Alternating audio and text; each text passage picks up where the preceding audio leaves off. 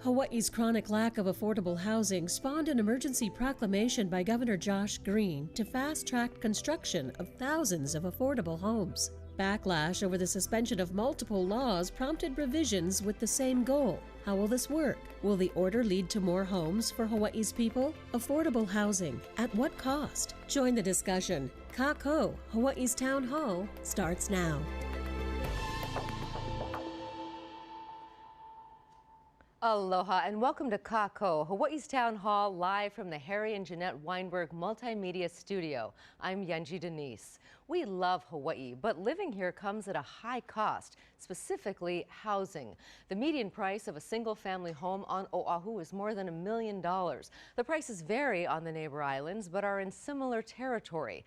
We have the fourth highest per capita rate of homelessness in the country. We are losing population year after year. According to the U.S. Census, last year, an average of 20 people left Hawaii every day. That means fewer nurses, doctors, teachers, and police officers, and fewer Native Hawaiians. Recent census data also reveals that the majority of Native Hawaiians now live outside of our island home. The cost of housing isn't the only reason for these issues, but it does play a significant role. So much so that the governor issued an emergency proclamation to fast-track tens of thousands of new units, he says, by bypassing roadblocks that hold up construction and add costs. Critics sued the governor, saying he went too far, sacrificing key environmental provisions and the Sunshine Law designed to keep government operations transparent. After contentious exchanges in person and online, his chief housing officer, Nani Medeiros, resigned, citing death threats to her and her family. Just 2 days ago, the governor amended his proclamation for a second time to quell some of the criticism. He's also designated a small committee to lead the way until a new housing officer is named. So what does this new proclamation do, and will it lead to the tens of thousands of new homes the governor says we desperately need? KAKOU means all of us, as in we are all in this together, and who can afford to live here really does affect us all. We want to hear from you in our discussion tonight. You can email or call in your questions. We're also streaming live at pbshawaii.org and on the PBS Hawaii Facebook and YouTube pages. In our town hall, we have government leaders, real estate developers, housing, environmental, and cultural advocates, along with a political analyst. So let's begin. Thank you all for being here tonight. I want to start with you. Hakeem Wansafi is the Executive Director of the Hawaii Public Housing Authority, and on that leadership committee we mentioned for the Build Beyond Barriers Working Group. Hakeem, I know it's a big proclamation, but it's in the simplest terms, what does the governor's plan do?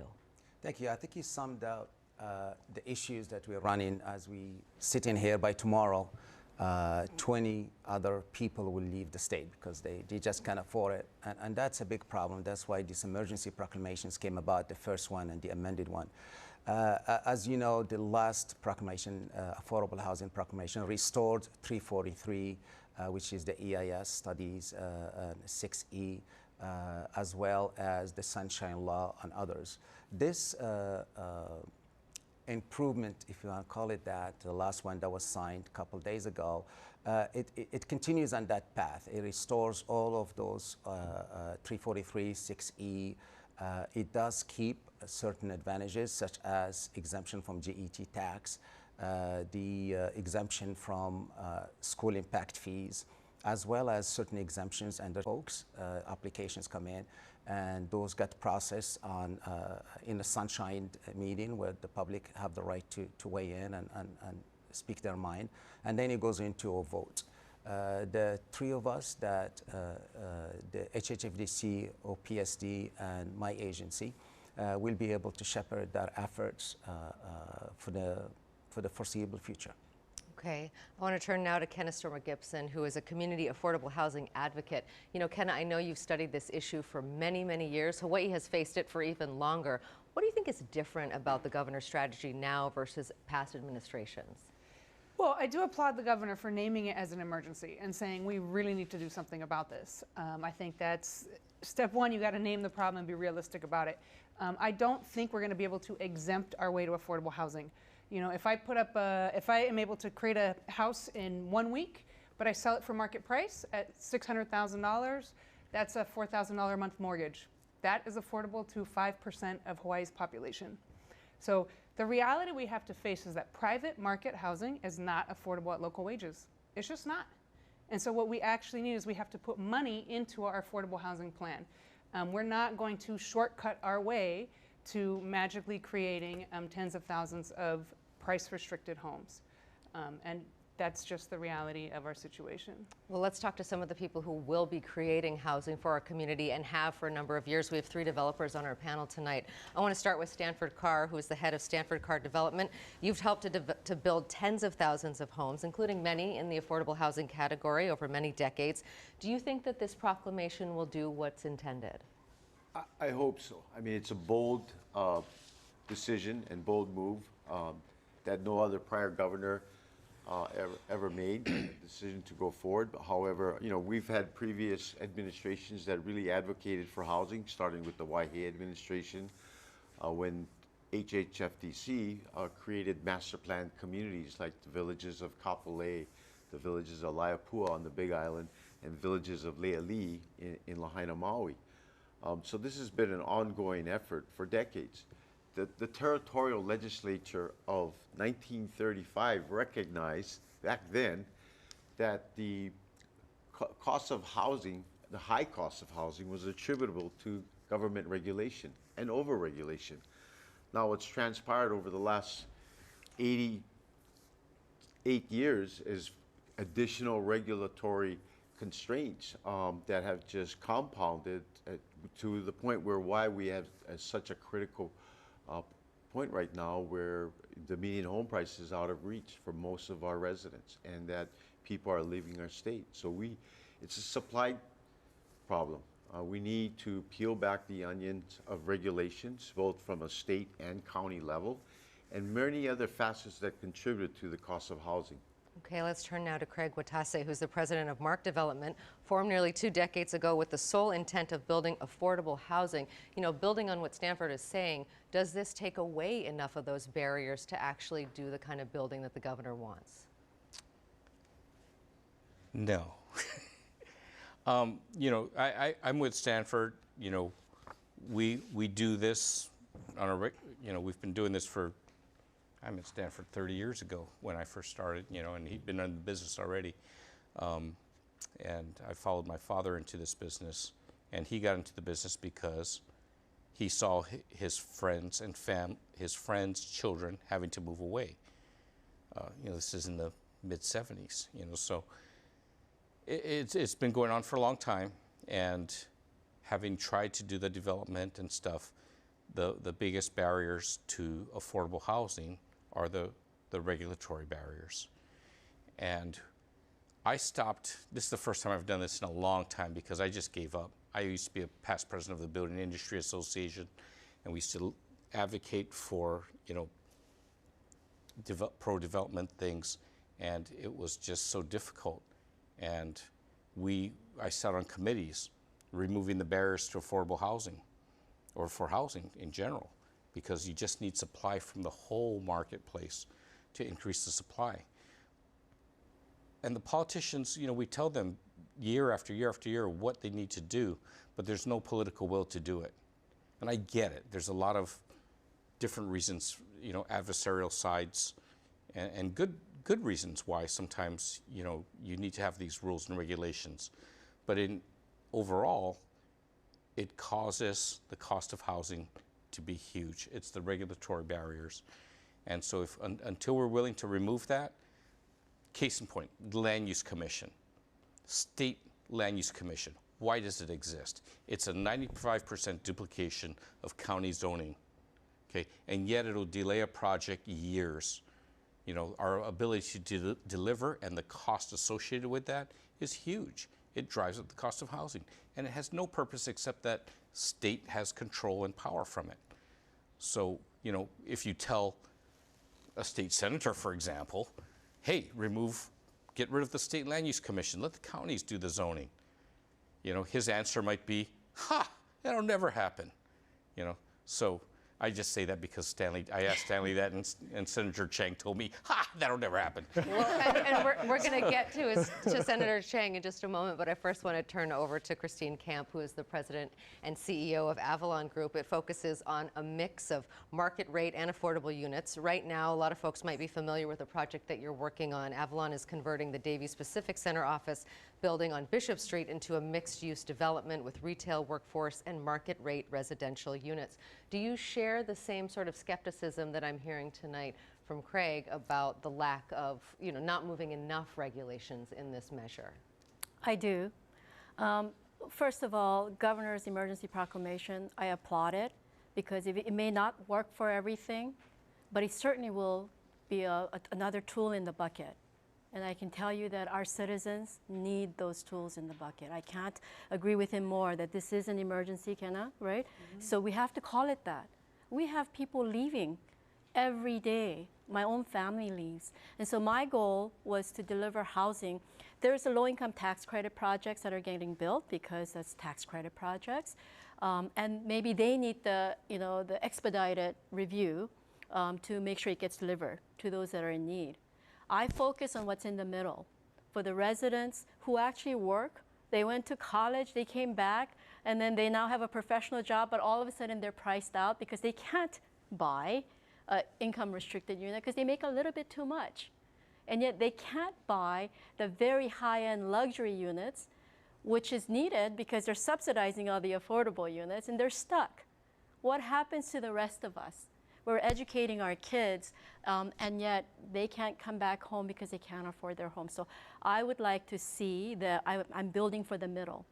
And when I look at building for the middle, I actually priced out, when we were building in Hawaiʻi, I priced out how much it cost us to go through the permitting process and in the cost of interest and property taxes and insurance, just waiting it out. What it cost? $118,000 a unit. I could have priced those units $118,000 a unit plus a profit margin. So it actually could have been a bigger impact. But it happens every day when we build housing because somehow people who build housing, the housing providers, as I call housing builders, we become the demons in the industry, right? All the greedy developers, they're making too much profit. They shouldn't be making profit. You can't be building infrastructure so they can make profit. You should be building infrastructure so that your people can have homes to tap into water. But somehow people have put developers, all of the requirements on the developer. So not only the waiting out period of that cost, there's the cost of, well, let the developer pay for the water infrastructure, for example, for the region. Let the developer pay for the left turn lane and the right turn lane. And by the way, the schools, we're going to need to pay, what is that, $3,900 for every unit that we deliver. So they think it's the developer that's paying for it. But no, it's actually the residents who buy homes that we're building for. They're paying for that. So when I think about building Davies Pacific Center, and we're going to be building one bedrooms, studios, and some 2-bedroom units. And we hope that this is going to be the starter home for the professionals that come back to Hawaii because they're educated. We educate our kids, we invest in them, we want them to come back. And I want to be able to have these homes that are priced for them. But, they're living in downtown. They don't have kids. They might be just starting out with maybe an infant, but we have to pay the school impact fee. And they're going to have to pay for that, plus the profit margin that I have to deliver to our investors and our banks. I want to turn now to State Senator Stanley Chang. Your name was brought up. We don't necessarily have to talk about the Land Use Commission specifically, but you've been advocating for housing, affordable housing for a number of years. You, of course, are the chair of the Senate Housing Committee. What are your thoughts on whether the governor's plan goes far enough and if it will actually get rid of some of the red tape that we've heard from the developers from tonight? Well, like the other presenters have already mentioned, I want to applaud the governor for taking a really bold step, a step that had never been taken in the history of Hawaii before, that had never been taken probably in the history of any other state before. It showed that the governor was really serious about tackling housing as a top priority, as was the case during his election campaign, as we all read about in the media and the debates and so on. There were understandably a lot of concerns with the level of the deregulation that happened, because the reality is that every one of these laws that we have was fought for hard by a lot of people coming to the legislature saying, you know, we do need to slow down the growth of Hawaii. We can't just have a concrete jungle. We can't just pave over all the agricultural land and so on and so forth. All of these, many of these battles happened, you know, before I was born.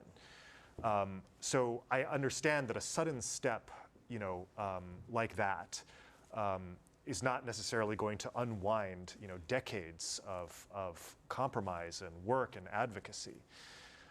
Now that the proclamation has been amended, I think it's still useful. It's still, you know, cutting the school impact fee for one is, you know, $3,900 off the cost of every unit that's sold here in Hawaii. But I do think we need to go further. I think the system that we have today is basically the worst of both worlds of the public and private housing systems. The public housing that really came into vogue in the post-war era here in this country, one of the fundamental reasons it was not able to expand was because it was very expensive to build. And the shift to private housing seemed to solve the problem, at least for a while, but now we're incentivizing or disincentivizing, or I would say commandeering the private sector to provide all of the services and the necessities like affordable housing, like low-cost housing, like, you know, left turn lanes and right turn lanes that once the public sector took care of. And so we kind of have the worst of both worlds situation here. And what I think we need to be doing going forward is to have a best of both worlds situation where we're able to produce housing that is financially sustainable to the state and to the taxpayers of the state, while adopting some of the features that the private sector has really led the way on, such as income-blind housing, such as housing that, you know, is really attractive, that doesn't have to just come in at the very lowest bid possible, to, you know, provide that quality of life and even to realize profit and a nest egg as homeowners want to save for their kids' educations or their retirement. And personally, one reason why I am optimistic today is because of our friends at the Hawaii Public Housing Authority and Hakeem's leadership on delivering 10,000 new units, probably the most that any public housing authority in the entire country has attempted to build in decades, if not generations, using some of these best of both world principles to try to get us to a new model of more sustainable housing. You know, we talked about how this proclamation does involve a number of adjustments for the counties, including the loss of some key tax revenue for certain projects. I want to bring in Adam Roversey. He's the director for the Kauai County Housing Agency. What's your view of this plan and how it will impact the counties in a good or bad way? So, thank you. Speaking just for the County of Kauai, we fly under the radar and have developed what we think is a very successful housing model on Kauai. That I think is in many ways the best of both worlds that Senator Chang is talking about. The housing agency is the largest housing developer on Kauai of affordable housing, but also building some of the gap housing that Christine was talking about. For our specific projects, while I applaud the governor's effort in naming the problem, like Kenna was talking about, I don't think it will have a dramatic effect on the speed that that the county's projects can move forward at, or make a significant impact to what we specifically are doing. I do think it will help some of Hakeem's projects on Kauai in fairly dramatic ways, and we have Hawaii Public Housing Authority projects that are in dramatic need of rehabilitation and renovation. So I think that it will be great for those projects, but specifically for the county's work, I don't think we'll be able to rely on it for much. Okay, let's bring in Wayne Tanaka now, the executive director of the Sierra Club of Hawaii. Your group is one of several that actually sued the governor when the initial proclamation came through because of some of the environmental laws that were taken away. You've withdrawn that lawsuit and others have as well. Does that mean you're satisfied with the changes that have been made? So I think to answer that question, first we have to look at where we came from. And with the original housing proclamation, there's a couple 300-pound gorillas in the room. You know, first, housing is an emergency, right? And for many people, it's an emergency. But for some people, it isn't. You know, so for folks who, you know, make six-figure incomes, or the first two numbers are 1.4, 1.5 or higher, for folks who own multiple properties and decide they want to move to Hawaii and live here for 5 years and then sell the house that they've bought for a tidy profit, you know, it's not as much of an emergency for them. And so that brings me to my first point, where the original housing proclamation had no affordability requirements. And in fact, there are existing laws that allow for the streamlining and for these shortcuts for projects that are affordable, but that wasn't the focus of the first proclamation. And the second gorilla in the room is that there's nothing really that prevented units built under the proclamation from being sold to folks who aren't even here now, who are not part of the current demand. And I mean, you can read the language of the proclamation. It really, all it says is that forestry units must be offered to Hawaii residents. It doesn't say it has to be sold to Hawaii residents. It doesn't have to say it has to be offered only to Hawaii residents. I think even the bigger issue is there's no meaningful definition of Hawaii resident. And if you look at how the state has interpreted that definition or that term, it means anyone who comes here and decides they want to live here.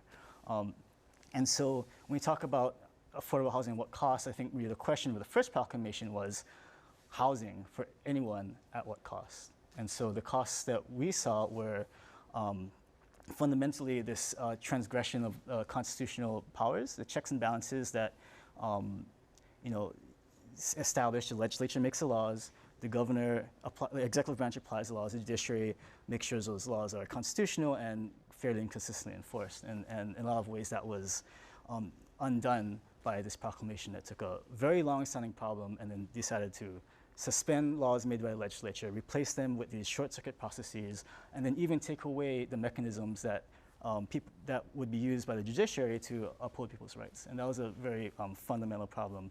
But beyond that, the harms we saw were potentially, you know, because of the Land Use Commission suspension, impacts to our food security, impacts to our public trust resources, our cultural practices, even to things like job creation and the production of housing for all income levels. We also saw the loss of environmental review and the robust public input process that ensures that unintended consequences can be accounted for and avoided, if possible, mitigated. We also saw, you know, the removal of the public's right to know with the suspension of the Sunshine Law. So thankfully, the governor has recognized that we don't need to short circuit these really important public interest protections in his September and most recent proclamation. I think there's still, you know, this issues are questions of constitutionality and what is defined as affordable. But all that to say, you know, I think we're glad that we're no longer having to worry about these threats. And as a result, we have withdrawn our litigation without prejudice, which means, you know, if it could come up again. If it comes up again, we can come back to court. Okay. Let's bring in now Claire Apana, who's the president of Malama Kakanilua, a nonprofit that seeks to protect against development that displaces Native Hawaiians' cultural and iwi kupuna sites. You know, the governor did make some changes that Wayne just laid out for us in this latest proclamation. Do you have concerns about the proclamation in its current form? Absolutely. And first of all, I just want to correct you.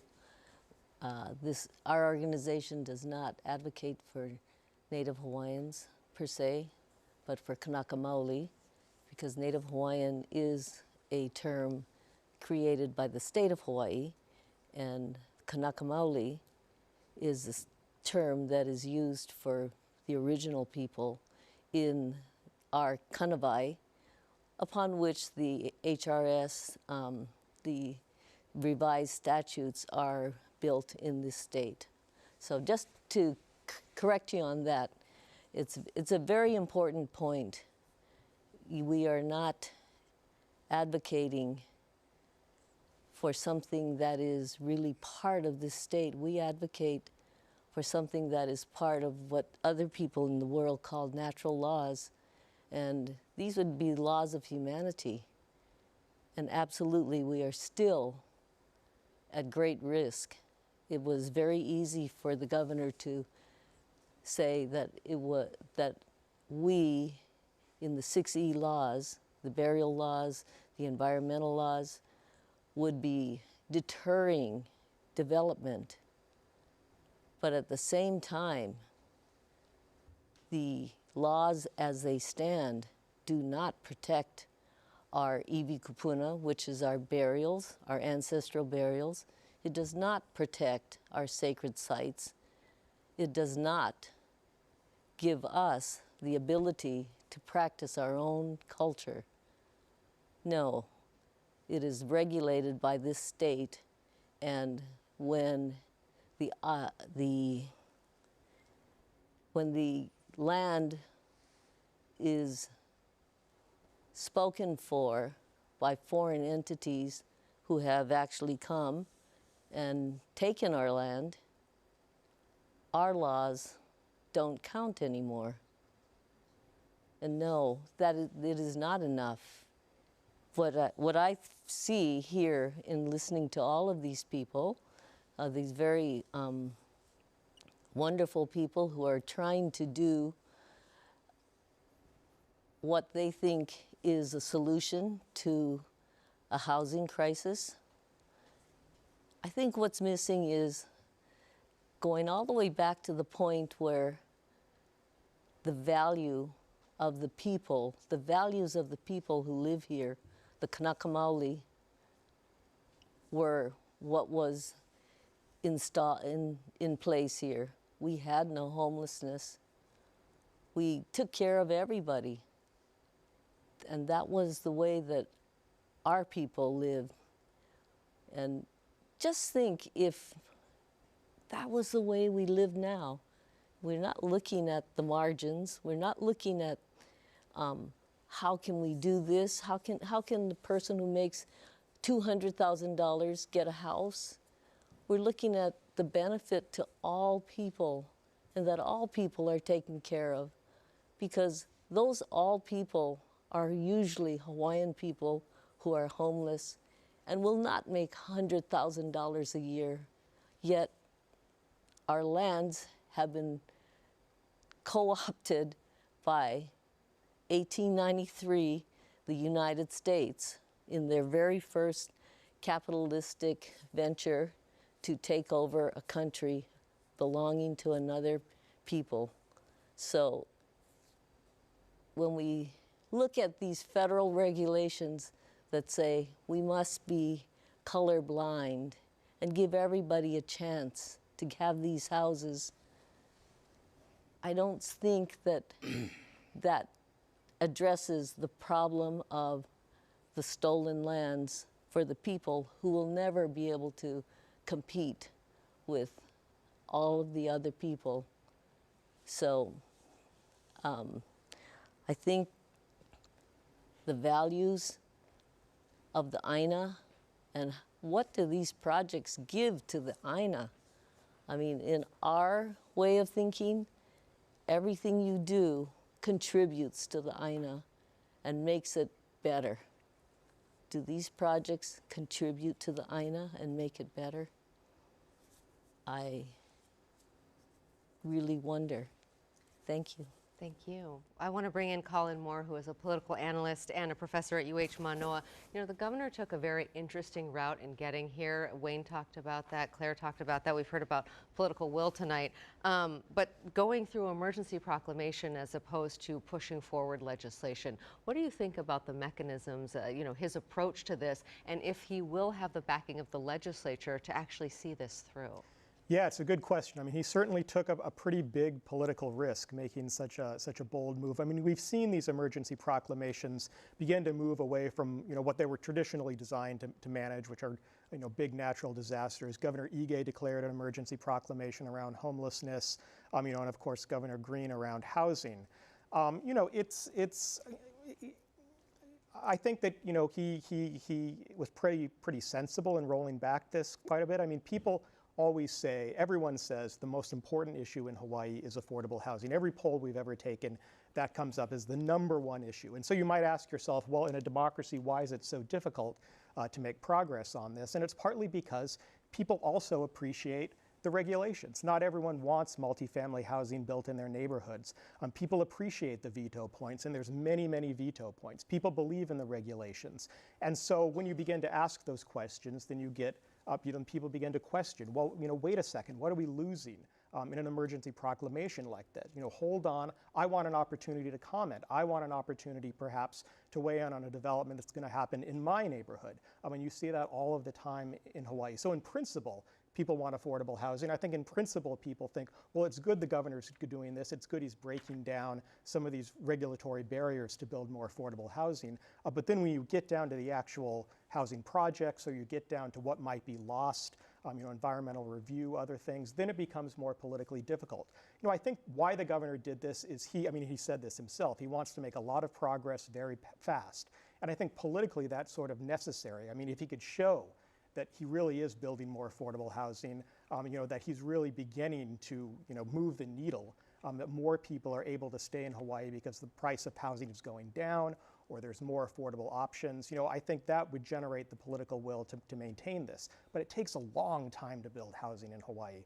And so then I think he understandably has to roll this back slightly because he's getting a lot of political pushback. And the legislature will face the same thing. I think that's one of the reasons he approached this through an emergency proclamation, because I think a lot of legislators are trying their best to build affordable housing. But when they pass bills, like Kenna or Senator Chang was saying, there's a reason we have a lot of these laws. People lobbied for these laws. And so when it comes time to repeal them or to change them, legislators are going to hear from that. And we know that legislators in districts where there's a lot of homeowners, if you're talking about building multifamily housing units or new development, they're going to hear from their constituents. And a lot of their constituents are going to be very vocal about those issues. And that's when it gives them pause. And they think, well, wait a second. I'm not sure I really want to risk my political future on rolling back some of these regulatory rules that a lot of people do support still. Well, and we're getting already some of those kinds of calls in our comments tonight, and we have a lot of questions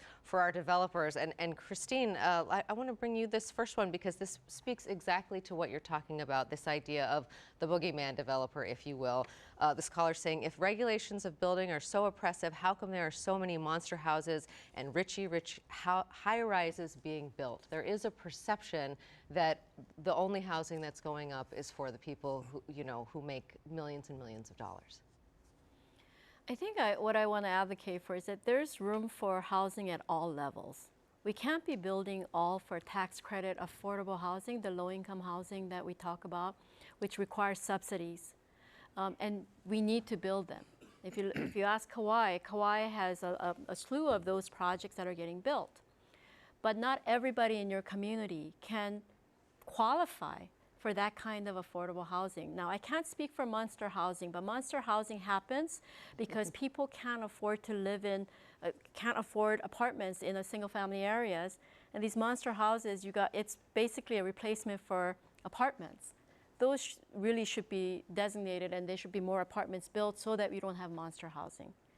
The high-end homes that are getting built, the high-rises you're talking about, primarily in KΑKOU and areas like that, they're built because that's how much it costs. The land is very, very expensive, and they're being exacted several significant requirements, right? Park dedication, you need to do setbacks, you have to do community parks. There's a whole lot of givebacks, and it certainly makes the politicians feel that they've been advocating for the local people. But what ends up happening is that it makes those homes very, very expensive. And so you see these luxury housing going up because you need to show that kind of income to be able to borrow money to build the affordable housing that you're mandated to build. Now, if you didn't have those requirements, and if you didn't have to build all the regional infrastructure, build a park for the entire area, all on the backs of the homeowners or new home buyers, there would be more middle-income housing that could get built. But because of these burdens, and the burdens are just, oh, well, it's just $5,000 per unit. But it's $5,000 a unit that has to be invested before you see their first dollar. When you do high-rises, you're talking about, Sky Alamano is $500 million in cost. That has to be spent before the $1 comes back. And so it's a higher risk. That was a 7-year project in the making. So you just think about the 7 years of carried interest, and just if you know what an interest does, then compounding of it, plus the required profit margin that is needed for people to invest, that makes a significant a cost increase to those projects. And therefore, what you see is these major luxury housing, but maybe what you're not seeing is the market housing or the affordable housing they're building. And so my feeling is that it's too bad. Therefore, the luxury housings are coming out first. But if we had less regulations and less requirements on the new homeowners to carry the burdens and the ills of the society, right? Every new home has to carry that burden. That buyer could buy those homes for hundreds of thousands of dollars less. Well, the governor does have that provision that it has to be affordable on the emergency proclamation, and we have a graphic actually that shows a little bit about this. It's a fairly complicated equation. It depends on where you live, but what is defined as affordable is applicants who earn up to 140% of area median income. We looked it up for here, for example, on Oahu, where the AMI is $131,000 for a family of 4. If they made about $104,000, they could qualify to rent at around $3,200 a month. Again, this is just one example. These numbers vary county by county. Stanford, I know that you've done a lot of work working with AMI and figuring out what is affordable and what's not. When I look at that equation, that hardly seems affordable to me. Well, the area median income for Oahu for a family of 4 is $131,000. And so at the 100% AMI, the rent's at $3,200 a month. Let me point something out that what's transpired in the last year, though. With interest rates a year ago were near 4%, someone making $131,000 a year at the AMI, median income, could afford to purchase a home around $670,000. Today, where mortgage rates are at 7.5, climbing to 8, they can now borrow or purchase a home for around $460,000. So they've lost over $200,000+ in borrowing capacity due to mortgage rates today. So that compounds the problem that we're dealing with. Secondly, the feds have been increasing the overnight discount rate as a means to curb inflation, but we're incurring and experiencing that inflation on costs of materials. It's further exacerbated in Hawaii due to the fact that we're the most isolated islands in the world, that everything we utilize basically to build, we must import. And sometimes in those certain cases, the cost of the freight is more than the actual product itself. So this makes it very difficult to build in Hawaii, which is why, in our rental communities that we build, we utilize the federal low-income housing tax credit program in order to take advantage of that 40% federal subsidies so that we can build workforce housing for moderate income households. I want to bring Craig into this. Craig, there's a bunch of comments here. John saying there's no such thing as affordable housing anymore. It was a made-up term by the government. This other caller from KΑʻOU saying there's no affordable housing. This is a misnomer. Given the challenges of lending that Stanford's talking about, is the only thing then left to do to build subsidized rental properties, because who can really buy at 8%? Yeah, I guess they're right. They're not wrong. The government did, and for good reasons, have to put definitions on what is affordable housing.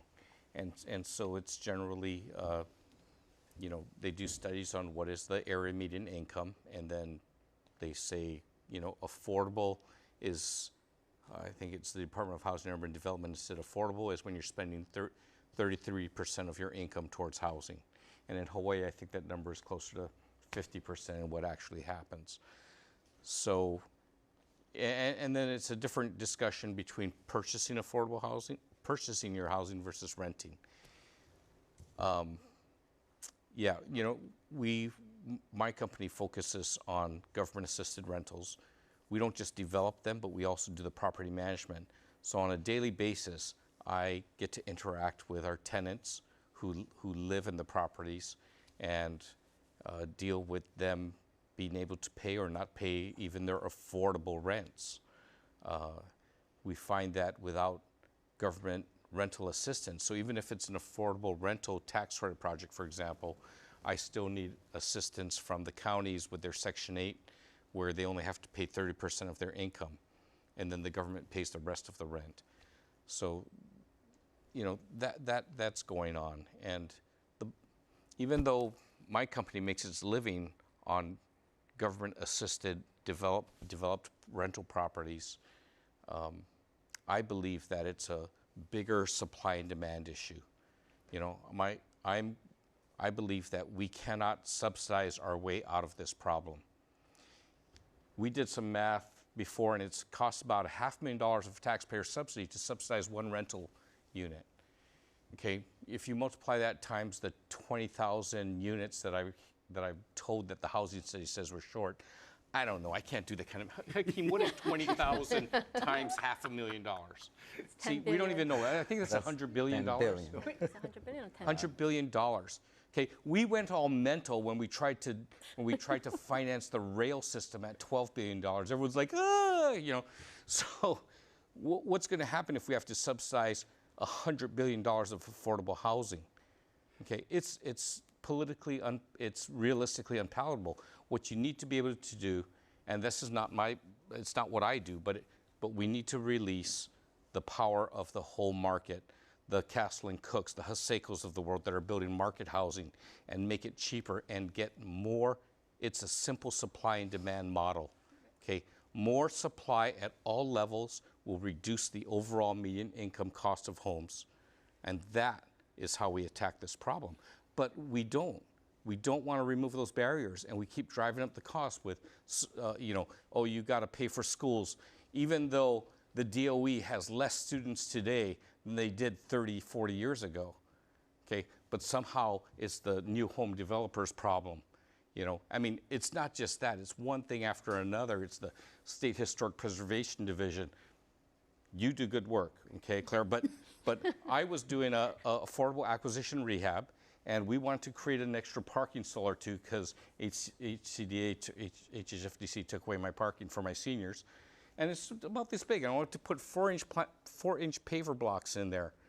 And SHPD came back and said, oh, even though the place had been dug up and built before, you know, 30 years ago, they said, oh, if you're gonna, my sprinkler system was deeper, but they said I need to have an archaeologist on site to monitor the work of putting paver blocks in, 4-inch deep.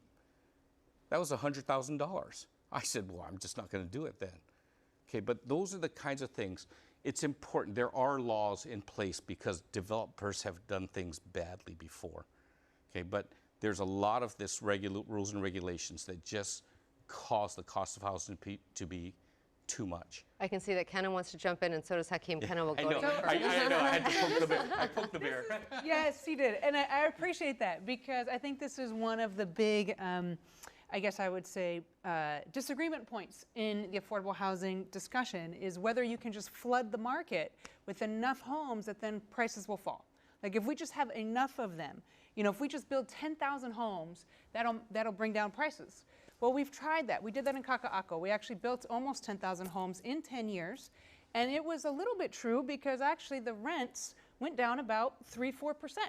So instead of paying $3,000 a month for a 2-bedroom, you were paying $2,900 for a 3-bedroom or a 2-bedroom. But the issue is to flood the market with thousands of units for a 3% decrease.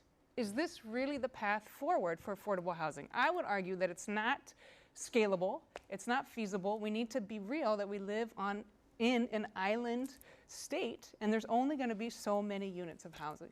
If you don't mind me jumping in here. Let's get to Hakeem first, and then we'll get to Stanford. Please go ahead. That's fine, thank you. So just a couple of things. One, I know for a fact from private conversations with the governor, decisions were not motivated by political, it's not a political decision.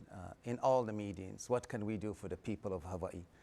So when he sees, as we see, so many people living the island, or when he sees, as we see, nurses cannot come to Hawaii because they cannot afford a home, or police officers or teachers, a decision has to be made. The proclamation is not for everyone. Some people can choose to use it, some people don't have to use it. There are a couple facts.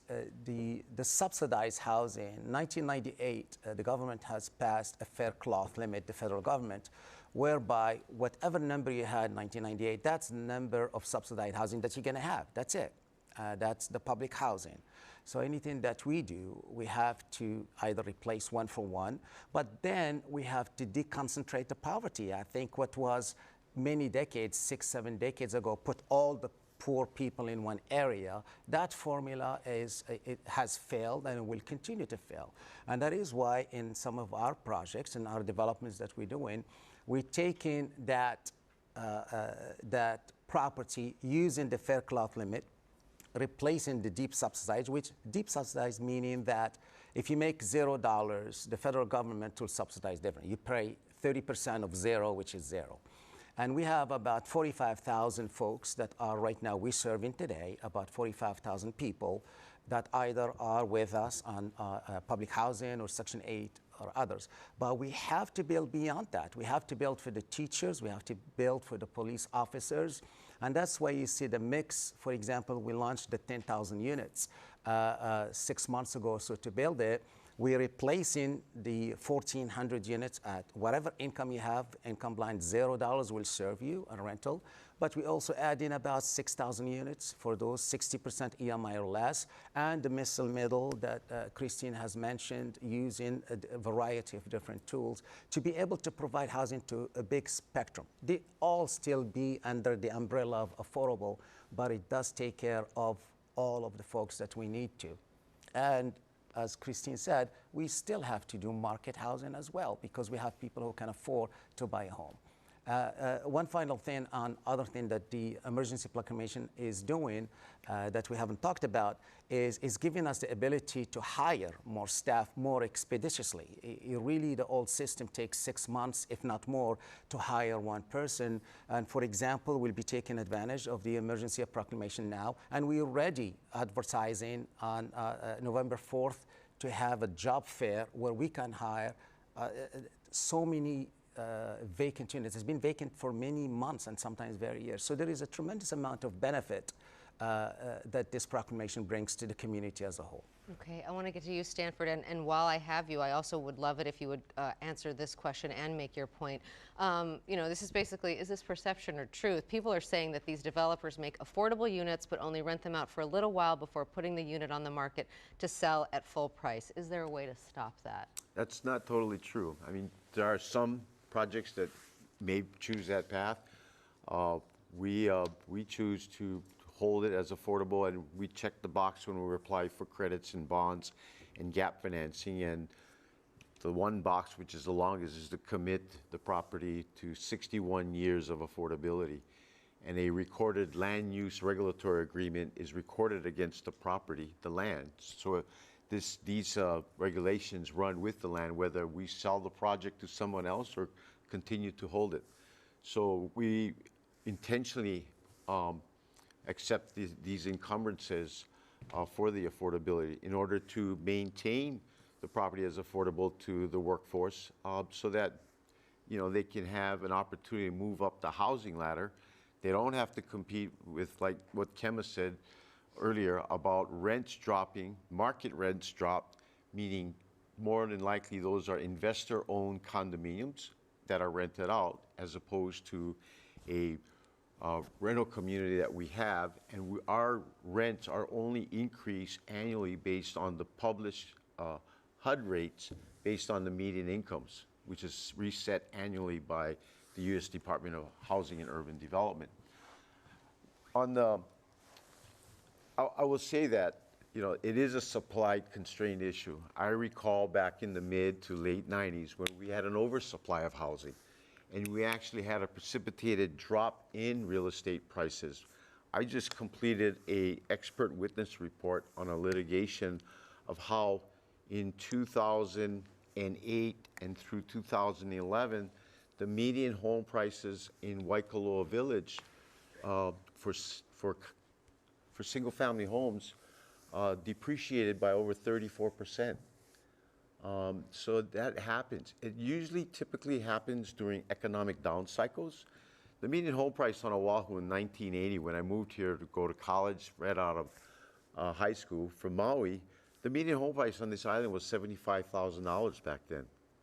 Look at where we are today, 43 years later, at over $1 million.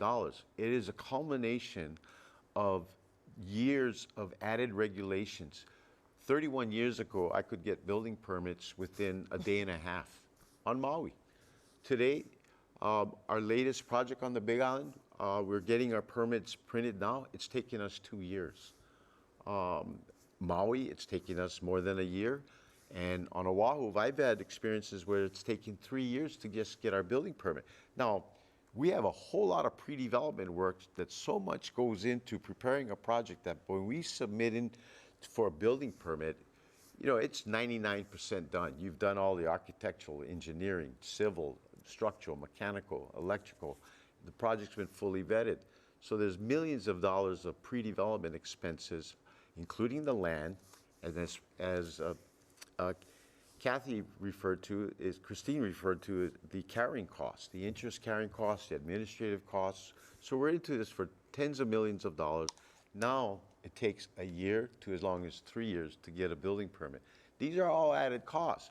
In order for us to secure construction financing for a project, for a construction loan, there has to be enough profit margins in the deal to be able to assure the banks that we'll be able to repay them based on the proceeds of sale of these units. It's all sales driven.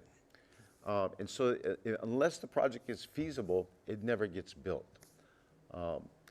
And sometimes, in many cases, there are projects that are too many impositions or conditions are imposed, that there are many projects or thousands of acres of land throughout our state that have zoning, but are unfeasible to proceed with the developments because of the conditions that run with the land when they took it through the entitlement process, whether it be the State Land Use Commission or the county zoning approvals. You know, Senator Chang, we're hearing a lot about just all the regulations, and the governor's plan does try to get rid of some of those, but we hear about the high burden on the developers. There's a question here that says, how can the government guarantee permanently affordable housing for local residents, linked in by law to local median incomes adjusted for inflation? How do we guarantee that these really are affordable? So I think that that's where you need to employ some of the best of the public and private sectors to be able to get to that point. A lot of the programs that we have today, basically the government outsources new affordable housing production to the private sector, and maybe it is affordable for 61 years, but in year 62, it no longer needs to be affordable. In other jurisdictions, the organizations that own affordable housing, whether it's the government itself or whether it's other private sector organizations, are required to keep it as such for forever, and or to use the profits from that housing to build more housing, so it's a sustainable cycle where the funds can be recycled over and over again, and any appreciation in the units will go back towards creating more housing. I think that's where we've heard a lot of complaints from the development community over many years about the level of regulation in Hawaii. It is true, you can flood the market to achieve affordability. One of the best examples in the United States is Houston, which is the fastest growing city in America for the last 40 years, so clearly there's a lot of demand. But there's no zoning in Houston, so anyone can build anything, anywhere, anytime. You can tear down your house and you can build an oil refinery if you so desire. And housing has kept up with demand, so their median home price today is below the national median home price. The problem is that all that housing was created in the form of suburban sprawl, and today the greater Houston metro area is about the same size as the state of Massachusetts. And I have never heard anyone in Hawaii say, what we really need to do around here is pave over 2,000 acres of land a year, which is what we would need to do if we were going to build at the density of the district that I represent in the state Senate, the 10,000 homes that we need. 2,000 acres of agricultural conservation land a year being built by developers whose legal responsibility it is to maximize their profits. That's their statutory job. If they don't, their shareholders can sue them. So by forcing the private sector to do things that it's not really best suited to do, I think the public sector has abdicated a lot of its responsibility, which is why I think that the public sector needs to learn some of the lessons of the private sector in order to do things to deliver the housing that people want, that to ensure that it is low cost, that it's not just building to the top, however small percentage of the market, that it is building at a level of density that's high enough that we never need to touch 1 inch of agricultural or conservation land. In other words, to create something like public school for housing, a large scale, low cost option that's available to everybody, no matter where on the income spectrum one might be, as long as you're a Hawaii resident, as long as you're an owner-occupant, as long as you own other real property. And then as for those who like private schools or home schools, let the private sector innovate and let them, cater to the markets that, for example, private education caters to in Hawaii. I really don't think that commandeering the private sector to serve the public interest has worked, and that's why I think we need a major shift in the way that the public sector thinks about its role. I'm interested to hear from the other public sector individual, and that, of course, is Adam. What are your thoughts on this? So I want to take a moment to toot Kauai's horn and respond to both what Stanford was talking about periods of affordability and houses just being flipped to market rate, and the question that you just asked about how do we assure long-term affordability. So as I mentioned earlier, Kauai County is the largest housing developer, I think, period, on Kauai currently, but certainly the largest affordable housing developer. And it's because we've taken on some of the roles that Christine was talking about. So the county is now acquiring large parcels of land, 75 acres, 50 acres. The county is putting in all of the turning lanes, the stoplights, the water infrastructure, the wastewater infrastructure. Then we're partnering with the private developers to construct vertical homes. But the county is maintaining ownership of the land. So when the homes are provided, they're provided as leasehold properties. And through that leasehold method, the county, being the owner of the land, can guarantee that those properties stay affordable forever because the county owns the underlying land, and we can wrap that into our legal agreements with the home buyers. So we do that both for rental property and for sale homes.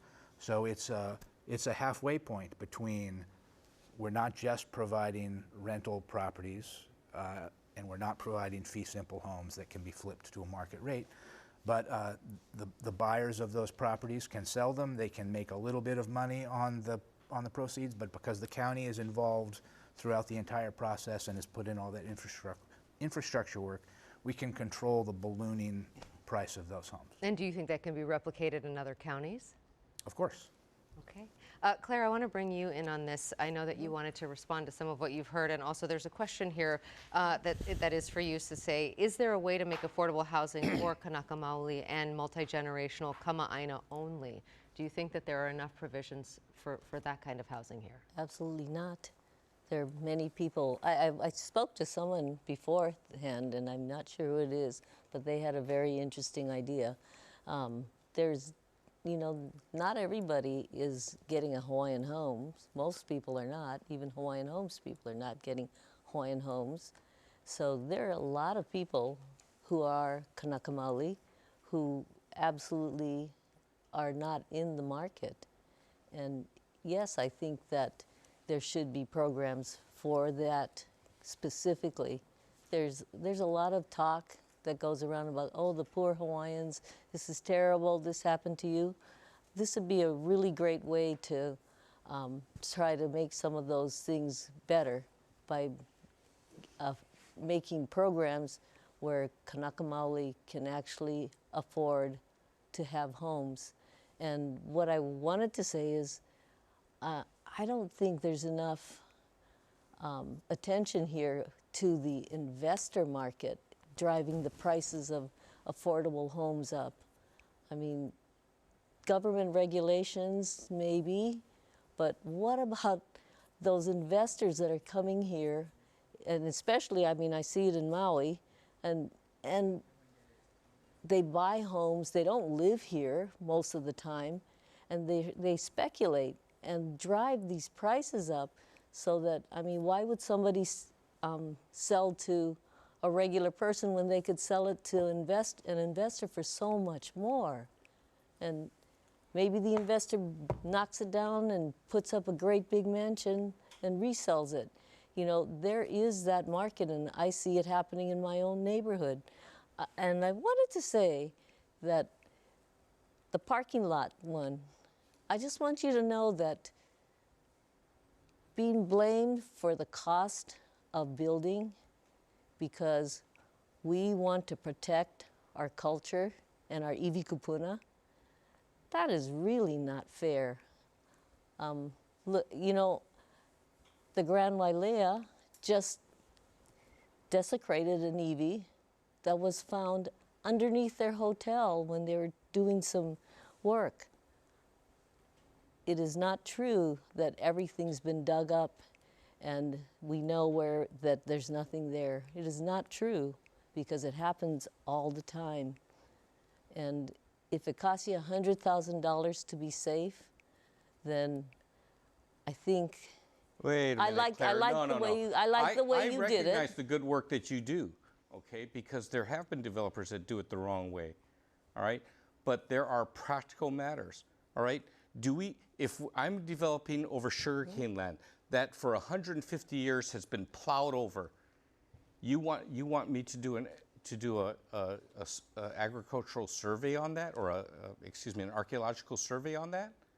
That's not practical. It's not reasonable. Did you talk to the people who worked in the fields when they found the iwi and put them under the rocks because they knew that they would not plow the rocks up? Did you talk to them? No, we're talking. You know, they had this. This is farmland that's been run over, right? I'm telling you. Yeah. So this is what people say. This is what people who worked in those fields say. When they found the iwi, they put them under rocks to protect them so that they would not be building on it. But my example was a perfect example, right, of this as a practical matter is not a possibility. I recognize that, and I respect that we should take care of the iwi, okay?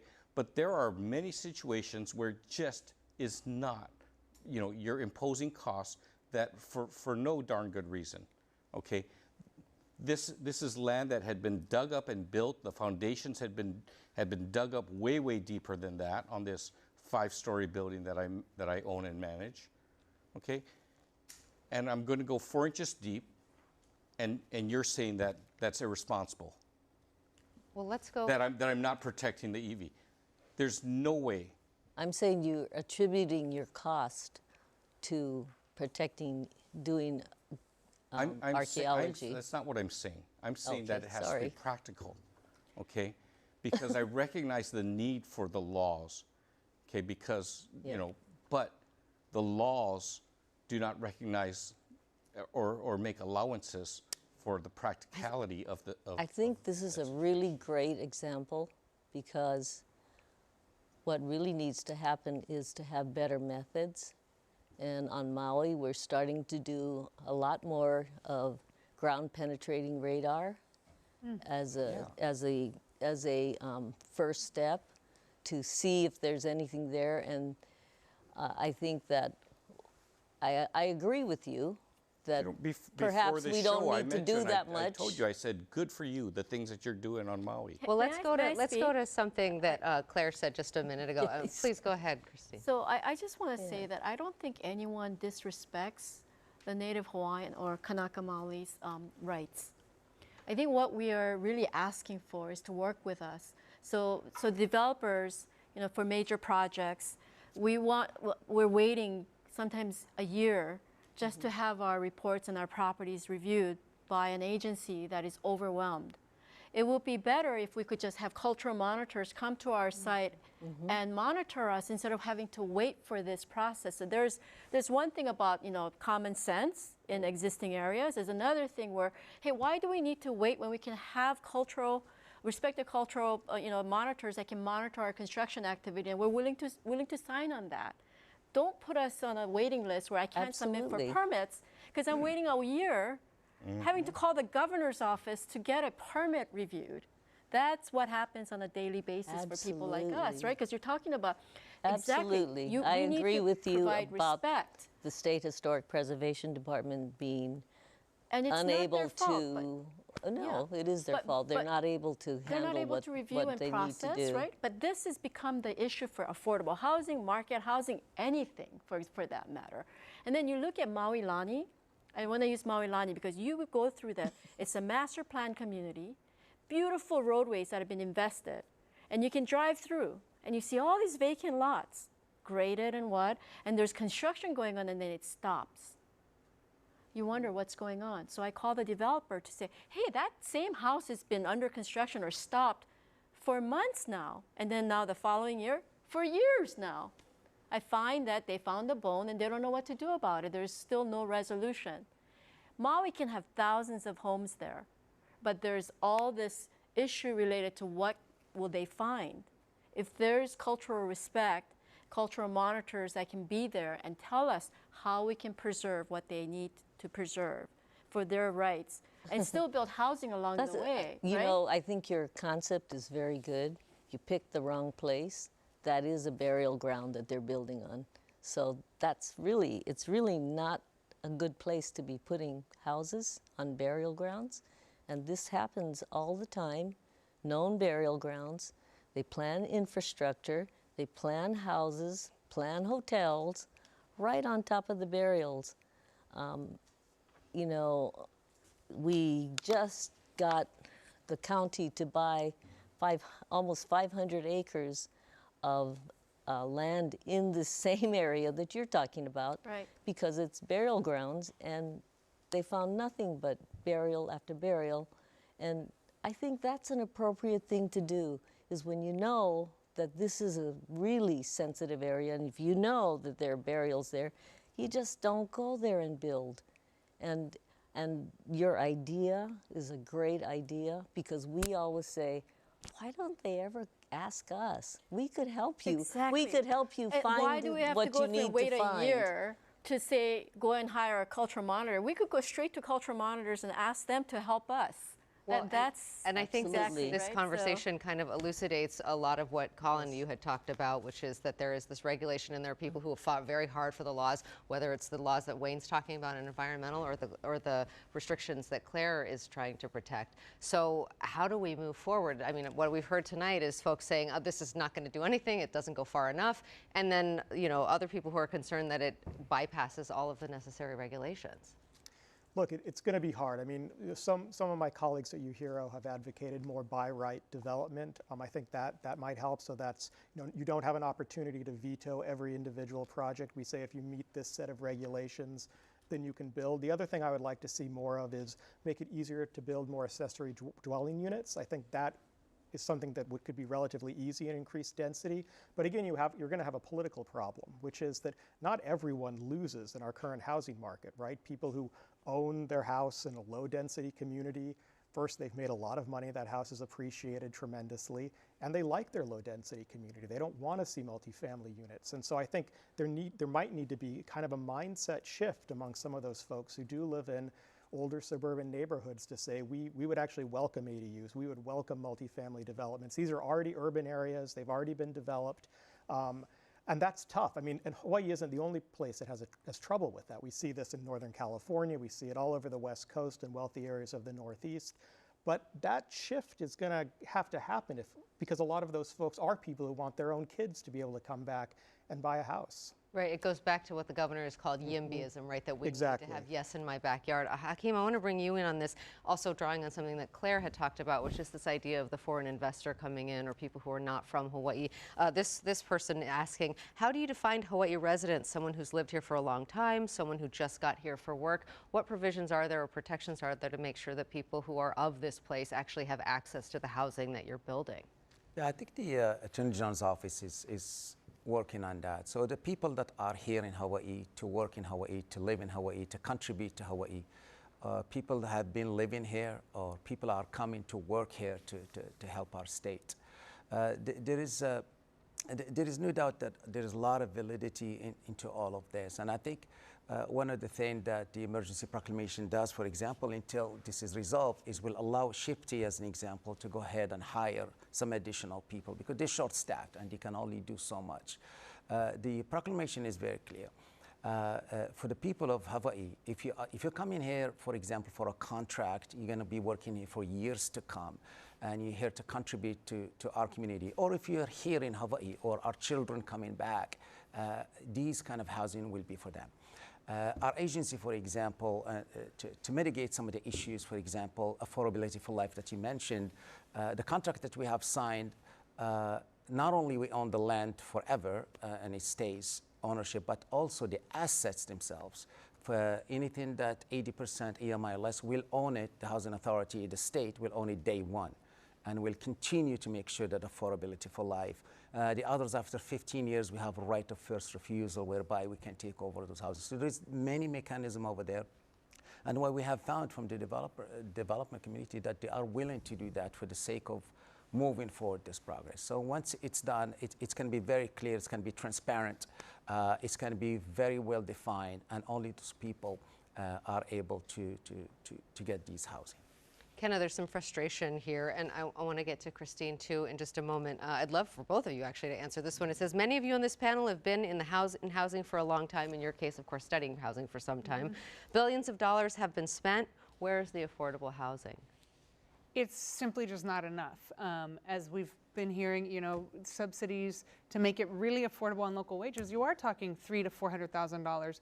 But if you think about that lasting over a period of 30, 40 years, or we have some affordable housing, co-op model housing here on Oahu that got one initial loan at the beginning, and 50 years later, you know, a 3-bedroom apartment is $1,200, right? So, you know, we do need to make these investments, but I would argue, you know, okay, the studies that have come out so far show we need about 5,000 of these affordable price-restricted homes, right? The federal program funds about 800. Okay, well, where are the other 4,000 going to come from? Well, let's do the math. Okay, 4,000 times the, you know, 300,000 subsidy. Okay, 500,000. Okay, 500,000. Yes, 500,000. Okay, subsidy is what we're at now, right? So now we're talking $2 billion, right? Okay, where's that coming from? Well, it can come from property taxes. If we increase the tax rate on investment homes, second homes, right? And if we brought it to mainland levels, okay, average mainland, 1.4%. Our average is somewhere around 0.9. We're not even at average. Okay, if we did that across all the counties, we would get to that number. And I know this because Maui County increased theirs, not even to mainland standards, and they now have $60 million a year coming into their affordable housing fund, right? And if they use that to pay off a loan, which we call a bond, they're at $1 billion right there, right? And this is a tactic that San Francisco, New York, LA, Chicago, cities across the country are doing their own affordable housing funds, separate from the federal government. So federal government program is great, it is not enough. We need to be generating our own revenue through these sources, either property taxes, we could look at a sales tax, we could look at conveyance tax, that's a one-time tax when you sell. That tax made it all the way through 3 committees last year. But, you know, I would pay a 1-cent increase on my sales tax to know that we had the money we needed for truly affordable housing. Senator Chang, do you think there's an appetite for changing the tax structure in the way that she's talking about? Well, tax bills come to the legislature every year, but the reality is, anytime we talk about raising taxes, a significant amount of the community pushes back. And in record surplus years like last year, it becomes even harder to justify, well, why are we talking about raising taxes when there are, you know, hundreds of millions or billions of dollars in surplus? And then what we found last year was that, you know, when the revenue is set aside for developing things like infrastructure for affordable housing, suddenly, you know, every quarter, the Council on Revenues comes back, and when they revise their forecast downward, turns out that surplus wasn't there after all. So that funding gets pulled back. One of the fundamental problems with government is this exact issue. I think it was 2018, the voters were asked, would you like to increase property taxes to fund education, which I think all of us here can agree is an urgent priority for the state, and which I think we can all agree is urgently underfunded in the state. And the voters overwhelmingly voted 70% no. Even as positive as a motherhood and apple pie, kind of causes education, we're not willing to raise property taxes to do so. So it's a very tricky political balance, and the jurisdictions that have successfully solved the problem are not the ones who have done these measures. You know, we hear a lot about proposals and ideas from places like the Bay Area of California or New York City, but those places have even worse housing shortages than we do. I'm not exactly sure why we should be emulating, you know, situations that are far worse off than we are. The jurisdictions that do provide a constant stream of thousands of units of housing that are enough to meet demand, and the way we know they're enough to meet demand because they don't have large street homelessness issues, like Vienna, Austria, like Singapore, like Hong Kong, like Helsinki, Finland, are not the ones that rely on large taxpayer infusions year after year after year. They've developed self-sustaining systems that recycle funds that don't need big appropriations. But aren't you just talking about large-scale government housing essentially there? But not government housing in the sense that it requires a huge subsidy per unit, but government housing that is unsubsidized, that doesn't require large subsidies, so that it can, you know, it can be self-sustaining. Christine, I know you wanted to jump in. Yes, I wanted to go back to one more topic before this about, you know, say reserving the housing for people who live here. Absolutely, I believe that our local people deserve to buy their homes or rent their homes. But I also believe that we don't have everything we need on this island. For example, let's talk about nurses. We don't have enough nurses that we're having to have rotating nurses come here from other municipalities. We don't have enough doctors. In fact, doctors are in such shortage in several areas. We need specialists. And we don't necessarily have a film industry. If we would like to have a robust film industry, we need to bring these specialists to come here. Do we deny them housing? Absolutely not. That's not the American way. Also, we're building a lot of rental housing at affordable rentals. And I've seen firsthand that some of our tenants who live in these rental housing, they have promotions, they won't take it because they don't want to lose their housing. They're divorced, or they would need to be divorced, but despite domestic violence, they live in the same household because they don't want to lose their housing. Once they're split up, they don't qualify because the household size is too small. It's unnatural for people to stay in the affordable housing forever. I believe the affordable housing market should be there for people to save enough money. Not everybody will be doing that, but I believe that everybody should be given an opportunity to save enough money so they can buy their own house. That is the American way. That is what I believe that we should be doing, to aspire to own, so that we can own our house. So in 30 years, we can pay off that mortgage, and we can, you know, have a nest egg to help our children go to college, you know, buy their first home, to leave a legacy for these children so that we can move up the generation. Now we have immigrants that can be moving here. Do we deny them housing? Do we deny them affordable housing? What about refugees? I mean, these are so many different things. So I don't think we should be preventing people who need housing to have housing. What we should be doing is providing housing at all levels. And that requires an effort by us to look at our processes. City Council, for example. For every action that they take, it requires 3 public hearings at the council level. Then it goes to the committees. Every time the council hears something, then it goes to the committee. The committee may have 1 or 2 or 3 hearings. Then it goes up to the second hearing. Then the committee might have another 1 or 2 hearings, and then a third hearing. Then the mayor has to approve it. Now, you might say, well, that is the American way for process. But if housing goes through that for every project, which it seems like it's going for it in every jurisdiction in Hawaii, that is what's adding cost.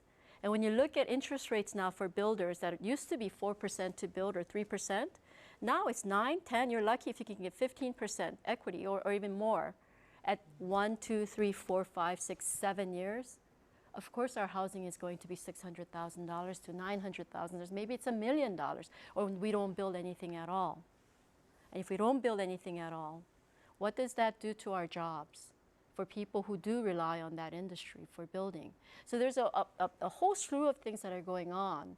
And I think instead of trying to restrict, we may want to look at opportunities to increase the supply so that the people who need to buy homes or move up along the ladder have those opportunities. Wayne, I want to bring you in on this as well. So if I could. Just one second. Thank you. I want to make sure that we get to Wayne. I mean, what are your concerns when you hear, we've talked a lot about having to grow the housing stock, but of course you have a lot of environmental concerns as well. Right. So I feel like there are some very harsh realities that we're just kind of skirting around. I mean, just the mention of the interest rates right now, 7%. No one locally is gonna be able to afford the mortgage payments on that. I mean, like Kenneth said in the beginning, $4,000 a month. That's before mortgage insurance. That's not counting all of the other closing costs and fees. So those units aren't going to be sold to local people because we can't afford it. And so, but realtors need to make money. The developers need to make a return. So they're going to go to people with cash in hand, and that's not going to be people here. And so you have these incentives, right? We have the lowest property taxes in the United States. And what that does, as Yuhiro points out, is it incentivizes overseas investment in our housing stock. We're dealing with a global market, with global forces. And unless we confront those things, then we can build a whole bunch of supply, but there's going to be all these incentives, and not necessarily taken up by the developers in the room, but there's a whole industry out there that's going to do what they're supposed to do, as Senator Chang said, and make a profit and make a return. That being said, I do think there are also solutions that we can all kind of agree, work on, that we would all agree, or we could all be open to, that's not going to jeopardize our quality of life, our environmental integrity, our food security. There's 30,000 units that are under short-term rentals, as Yuhiro has reported. 30,000 units, housing units, they're not being used to house local residents. The Land Use Commission has approved something like tens of thousands of units that are, that haven't been built. So, there's this waving around of regulations and this broad term, like this boogeyman that's just causing all of this pain and suffering. But we need to actually get down to the details and focus on the solutions that are there, but that might require, a political will and really confronting some of the bigger economic forces, the bigger harsh realities that we're living in and swimming in. Hakeem, let's get to you. Yeah, I just want to, I agree with Christine that we should not restrict or deny people housing. In fact, the reason for this proclamation and for the housing and the push of the governor is so that we can attract these people to come and live here. But we have to make it affordable for them. But everyone you describe will be able to get this kind of housing. Well, we'll prevent, however, those that may be coming here for a month or 2 or 3 vacation, put in X amount of dollars, and then go back and sell it. And I think that's what we're trying to prevent here. But it is strictly and purposefully for these folks that you have described, because we need these people to come back. Some of them are our children, some of them are not. And we want to make sure, because we do know if somebody's coming to contribute to Hawaii, they're not going to be here for 3 months or 4 months. And if they are, they're going to stay at a hotel or rent. But if they are here to stay and do the community, they're going to have to own it and live in it for a while before they flip it. Stanford, you've been in the space for so long, and I'm interested, the governor set out this goal saying that he wants 50,000 units built. How realistic do you think that we get to that number? How far will we get with what he's laid out? Well, my hope is that through these discussions, and there's a lot of discussions that are going on through our community and different organizations. Just 2 weeks ago, the Young Professionals Chamber of Commerce, 8 out of 10 of the young professionals in this organization have considered moving to the mainland because of the cost of housing.